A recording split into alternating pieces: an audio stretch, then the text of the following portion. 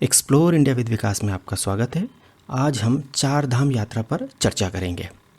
हिंदू धर्म की पौराणिक कथाओं के अनुसार यदि कोई व्यक्ति अपने जीवन काल में एक बार चार धाम की यात्रा कर ले तो वह सभी पापों से मुक्त हो जाता है और मृत्यु के उपरांत मोक्ष को प्राप्त होता है। यही दृढ़ विश्वास दुनिया भर के हजारों हिंदू तीर्थयात्रियों को चारधाम यात्रा के लिए प्रेरित करता है। चारधाम यात्रा प्राकृतिक सुंदरता के शौकीन लोगों के लिए भी किसी जन्नत से कम नहीं है। इस यात्रा में आपको स्वच्छ एवं पवित्र नदियाँ, कल कल बहते झरने, बर्फ से आच्छादित पहाड़ और हर तरफ हरियाली और प्राकृतिक सुंदरता के दर्शन होंगे। इन पवित्र जगहों पर जाकर आपको ऐसा लगेगा कि आप स्वर्ग अर्थात देवभूमि में ही आ गए हैं। इसमें कोई दो मत नहीं है कि चारधाम यात्रा हिंदुओं में सबसे लोकप्रिय आध्यात्मिक यात्राओं में से एक है। चारधाम का अर्थ है यमुनोत्री, गंगोत्री, केदारनाथ और बद्रीनाथ। प्रतिवर्ष मई माह में यमुनोत्री, गंगोत्री, केदारनाथ और बद्रीनाथ मंदिरों के पट अर्थात द्वार खुलते हैं, जो अगले 6 महीनों अर्थात अक्टूबर तक भक्तों के लिए खुले रहते हैं। चारधाम यात्रा मई माह में तथा सितंबर अक्टूबर माह में की जाना सबसे उपयुक्त है।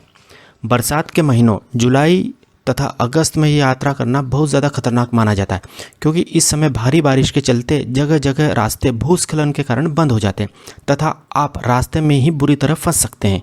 इसलिए हमारी आपको सलाह है कि आप 15 मई से 15 जून अथवा 15 सितंबर से 30 अक्टूबर के बीच ही इस चारधाम यात्रा का टूर बनाएं। यह समय इस यात्रा के लिए सबसे आइडियल समय होता है।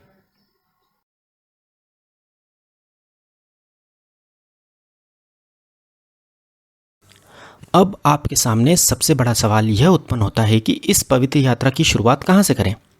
तो इसका जवाब है कि चारधाम यात्रा एक निश्चित अनुक्रम का अनुसरण करती है।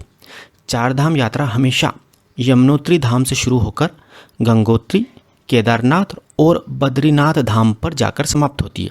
इसलिए आप अपने गृह नगर से सबसे पहले हरिद्वार आएँ। हरिद्वार से ही गंगोत्री धाम की यात्रा प्रारंभ की जाती है। हरिद्वार के लिए पूरे देश के बड़े शहरों से ट्रेन तथा बसें चलती हैं। आप दिल्ली से भी आराम से हरिद्वार पहुंच सकते हैं। दिल्ली से हरिद्वार की बस से दूरी लगभग 237 किलोमीटर है तथा यात्रा में 4 घंटे का समय लगता है। दिल्ली हरिद्वार रूट पर लगभग 30 ट्रेनें भी चलती हैं। आप अपनी सुविधानुसार हरिद्वार पहुंच सकते हैं। प्रयास कीजिएगा कि आप हरिद्वार दोपहर तक पहुंच जाएं। हरिद्वार पहुंचने के बाद आप टैक्सी से अपने द्वारा बुक ऑनलाइन होटल में चेक इन करें। यदि आपने होटल ऑनलाइन बुक नहीं की है तो आप हर की पौड़ी के पास धर्मशाला या किसी होटल में जाकर सीधे भी बुकिंग कराकर वहां ठहर सकते हैं। धर्मशाला का किराया केवल 200 रुपये से 500 रुपये के बीच ही होता है। इसके बाद आप फ्रेश होकर या हर की पौड़ी पर गंगा जी में स्नान करके हर की पौड़ी पर ही किसी भोजनालय में लंच कर लें। लंच करने के बाद आप टैक्सी से हरिद्वार के मनसा देवी मंदिर के दर्शन करने जाएं। इस मंदिर तक जाने के लिए केबल कार की सुविधा उपलब्ध है। यदि आपके साथ छोटे बच्चे हैं तो उन्हें इस केबल कार राइड में बहुत मज़ा आएगा। इसके बाद आप चंडी देवी मंदिर, भारत माता मंदिर, स्वामी विवेकानंद पार्क आदि देखने जाएं।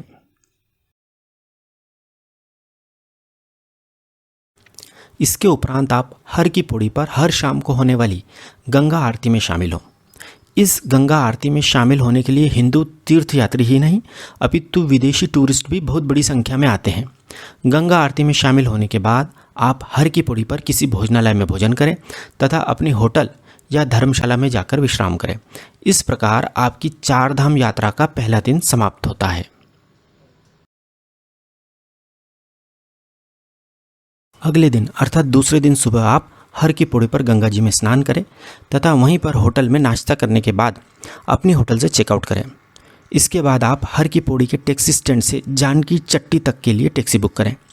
जानकी चट्टी तक बस सेवा भी उपलब्ध है, परंतु टैक्सी से जाने का फ़ायदा यह होगा कि आप ऋषिकेश आदि जगहों पर घूमते हुए तथा एंजॉय करते हुए जानकी चट्टी तक पहुँचेंगे, जबकि बस से यह सब मिस हो जाएगा। यदि आप ज़्यादा सदस्य हैं तो आप हरिद्वार से टेम्पो ट्रेवलर या कोई अन्य ज़्यादा सीटर टैक्सी बुक कर सकते हैं। हरिद्वार से जानकी चट्टी तक की दूरी 221 किलोमीटर है तथा रुकते रुकते जाने पर लगभग 7 घंटे का समय लगता है। अब आप हरिद्वार से ऋषिकेश की ओर प्रस्थान करें। रास्ते में लक्ष्मण झूला भी देखें। ऋषिकेश हरिद्वार से केवल 20 किलोमीटर दूर है। ऋषिकेश से आप नरेंद्र नगर, चमाब, ब्रह्माखाल, बरकोट, स्याना चट्टी, हनुमान चट्टी, फूल चट्टी होते हुए जानकी चट्टी पहुँचेंगे। जानकी चट्टी पहुँचते पहुँचते आपको शाम हो जाएगी। जानकी चट्टी में आपको रात में ठहरना होगा, क्योंकि जानकी चट्टी से आपको अगले दिन पैदल पैदल यमुनोत्री धाम तक पहुंचना है। जानकी चट्टी में रुकने के लिए साधारण होटल या रेस्ट हाउस बहुत सस्ते रेट में मिल जाएंगे। यहीं पर आप भोजन करें तथा रात में विश्राम करें। इस प्रकार 4 धाम यात्रा का आपका दूसरा दिन समाप्त होता है।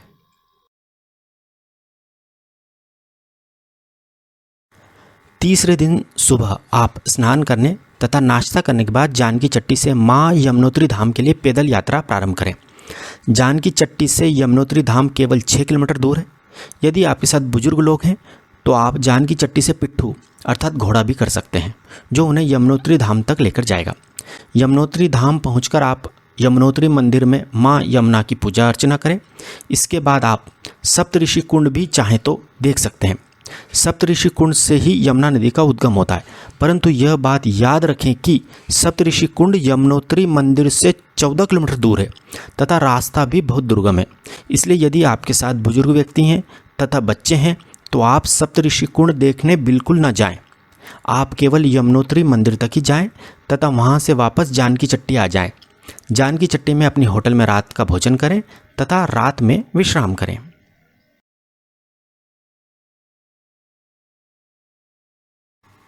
चौथे दिन आप सुबह का ब्रेकफास्ट करें तथा होटल से चेकआउट करें। इसके बाद आप जानकी चट्टी के टैक्सी स्टैंड से गंगोत्री धाम जाने के लिए टैक्सी बुक करें।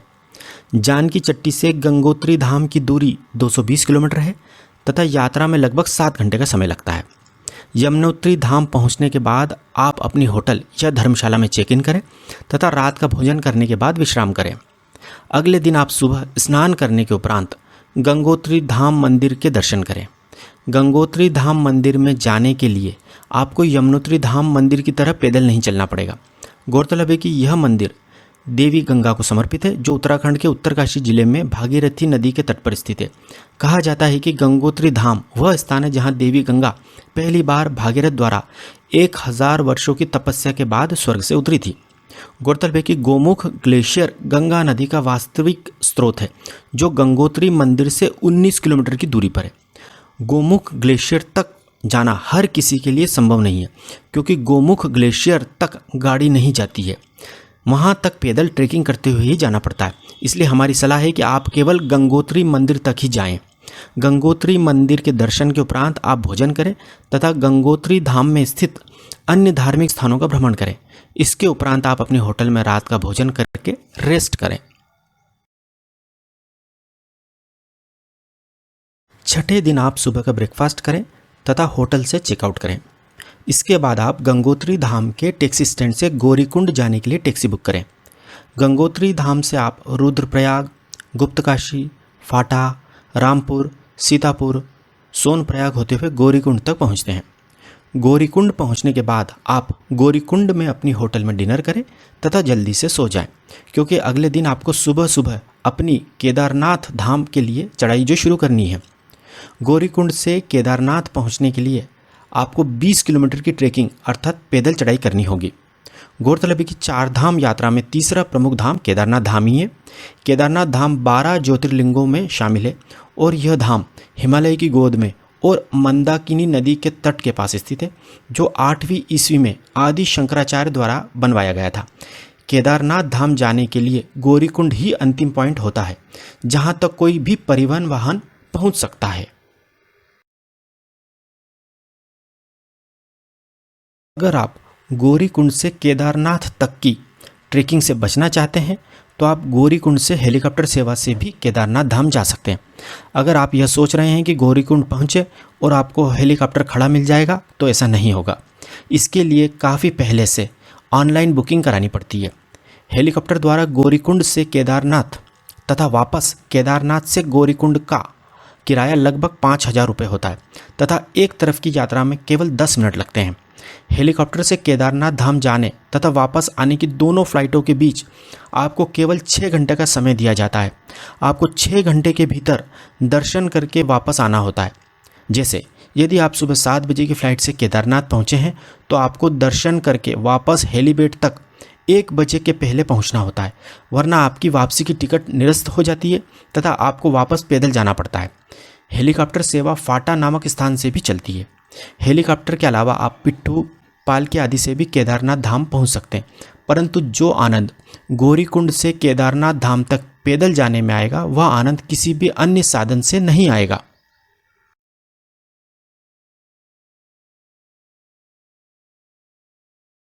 7वें दिन आप सुबह 4 बजे उठ जाएं तथा गर्म पानी से नहाकर अपने परिवार के साथ तैयार हो जाएं। अपने साथ एक एक जोड़ी कपड़े भी रख लें, कुछ खाने पीने का सामान भी रख लें। आप 5 बजे तक अपनी होटल से निकल जाएं तथा 6 बजे तक केदारनाथ धाम के लिए अपनी चढ़ाई शुरू कर दें। आपको यात्रा मार्ग पर चाय नाश्ते की दुकानें मिल जाएंगी, जहां आप आराम से प्रकृति का आनंद लेते हुए चाय नाश्ता करें। आप अपने परिवार के साथ एंजॉय करते करते चढ़ाई करते जाएं। अगर आपको भूख लगे तो रास्ते में कई छोटे छोटे भोजनालय भी मिलेंगे, जहां आप हल्का फुल्का भोजन कर सकते हैं। आप आराम से भी चलेंगे तो लगभग दोपहर 3 बजे तक केदारनाथ मंदिर तक पहुंच जाएंगे। इस पूरी चढ़ाई में आपको लगभग 9 घंटे का समय लगेगा। गौरीकुंड से सबसे पहले जंगल चट्टी आएगा, उसके बाद रामबाड़ा जगह आएगी, फिर अगला पड़ाव लिनचोली पड़ता है। लिनचोली से 7 किलोमीटर दूर केदारनाथ धाम है। आप केदारनाथ धाम पहुंचकर सबसे पहले होटल या टेंट बुक करें। उसमें अपना जो भी सामान आप साथ लाए हैं वह रखें तथा उसके उपरांत केदारनाथ मंदिर में जो शाम की आरती होती है उसमें शामिल हो। इस आरती के दौरान आप मंदिर में प्रवेश नहीं कर पाएंगे, केवल मंदिर के सामने जो चौक है वहाँ से खड़े होकर ही इस आरती का आनंद ले पाएंगे। इसके बाद आप केदारनाथ ट्रस्ट द्वारा संचालित भोजनालय में भोजन करें तथा होटल या टेंट में रेस्ट करें। 8वें दिन सुबह स्नान करके आप केदारनाथ मंदिर में शिवजी के दर्शन के लिए लाइन में लग जाएं। यदि आप सुबह 5 बजे लाइन में लग जाएंगे तो लगभग 8 बजे तक आपको मंदिर में शिवजी के दर्शन हो जाएंगे। यदि आप लंबी लाइन में नहीं लगना चाहते हैं तो आप VIP दर्शन पर्ची कटाकर भी दर्शन कर सकते हैं, जो कि प्रति व्यक्ति लगभग 2100 रुपये की होती है।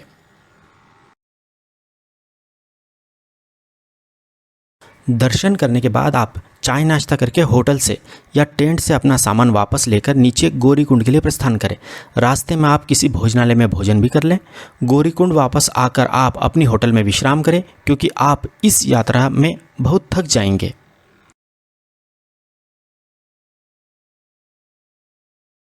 नवें दिन आप गौरीकुंड से बद्रीनाथ धाम के लिए टैक्सी बुक करें। 4 धाम यात्रा का चौथा और अंतिम धाम बद्रीनाथ धाम ही है। यह मंदिर भगवान विष्णु को समर्पित है। अपनी होटल से ब्रेकफास्ट करके आप चेकआउट करें।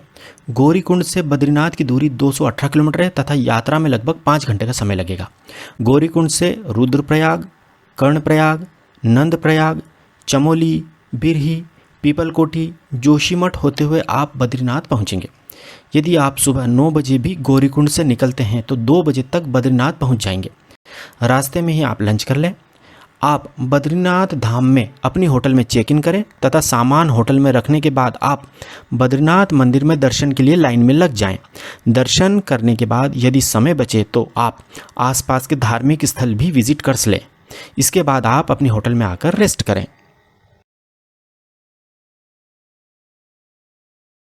10वें दिन आप अपनी होटल में सुबह का ब्रेकफास्ट जल्दी करें तथा हरिद्वार के लिए टैक्सी बुक करें। इसके बाद आप अपनी होटल से चेकआउट करें तथा हरिद्वार के लिए अपनी यात्रा प्रारंभ करें।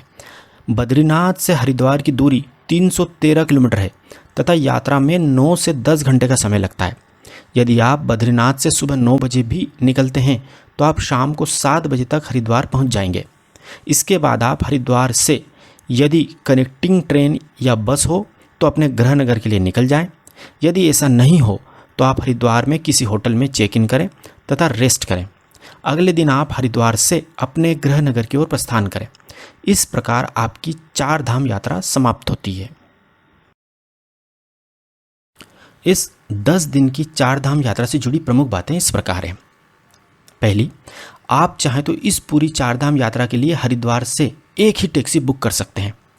इससे आपको टैक्सी सस्ती भी पड़ेगी तथा हर जगह टैक्सी बुक करने से बच जाएंगे एवं इससे आपका बहुत सारा समय भी बचेगा। साथ ही टैक्सी का ड्राइवर आपको इस पूरी यात्रा में गाइड भी करता जाएगा। दूसरा पॉइंट है, हम हमेशा कहते हैं कि आप होटल ऑनलाइन ही बुक करें, परंतु इस चार धाम यात्रा में हमारी आपको सलाह है कि आप होटल ऑनलाइन बुक ना करें, क्योंकि यदि यात्रा प्लान में थोड़ा सा भी परिवर्तन हो गया तो सारा बुकिंग शेड्यूल बिगड़ जाएगा तथा पैसे का भी भारी नुकसान होगा। इस यात्रा में भूस्खलन या ट्रैफिक जाम के कारण कभी कभी 6-6 घंटे के लिए रास्ते बंद हो जाते हैं, इसलिए आप गंतव्य स्थान पर पहुंचकर ही होटल बुक करें। यदि आप ऑनलाइन होटल बुक करना चाहते हैं तो केवल हरिद्वार के ही होटल ऑनलाइन बुक करें। नेक्स्ट पॉइंट है, इस यात्रा में आपको होटल में भी कोई 3 स्टार वाली सुविधाएं नहीं मिलेगी। केवल एक कमरा मिलेगा जिसमें बिस्तर होगा तथा एक बाथरूम होगा, इसलिए होटल्स को लेकर कोई ज़्यादा उम्मीदें ना रखें। नेक्स्ट है, इस यात्रा में गर्म कपड़े तथा रेनकोट अपने साथ ज़रूर रखें। नेक्स्ट है, इस चार धाम यात्रा के लिए रजिस्ट्रेशन कराना ज़रूरी होता है। आप उत्तराखंड टूरिज़्म की वेबसाइट पर जाकर चार धाम तीर्थ यात्रा के लिए रजिस्ट्रेशन करा सकते हैं। अब हम इस 10 दिन की चार धाम यात्रा यमुनोत्री, गंगोत्री, केदारनाथ और बद्रीनाथ के अधिकतम खर्च की बात करते हैं। 4 लोगों का आने जाने का टैक्सी का कुल किराया लगभग 30,000 रुपये, 4 लोगों का 10 दिन का होटल का किराया 10,000 रुपये, 4 लोगों का 10 दिन का भोजन का खर्च 10,000 रुपये, 4 लोगों का यमुनोत्री, गंगोत्री, केदारनाथ और बद्रीनाथ में 10 दिन का अधिकतम कुल खर्च 50,000 रुपये। यदि इसे हम 4 से डिवाइड करें तो प्रति व्यक्ति अधिकतम कुल खर्च 12,500 रुपये आएगा। इस प्रकार आप केवल 12,500 रुपये में शानदार तरीके से टैक्सी को शामिल करते हुए यमुनोत्री, गंगोत्री, केदारनाथ और बद्रीनाथ की चार धाम यात्रा कर सकते हैं। तो अब इंतज़ार मत कीजिए, जल्दी ही चार धाम यात्रा का प्लान बनाइए।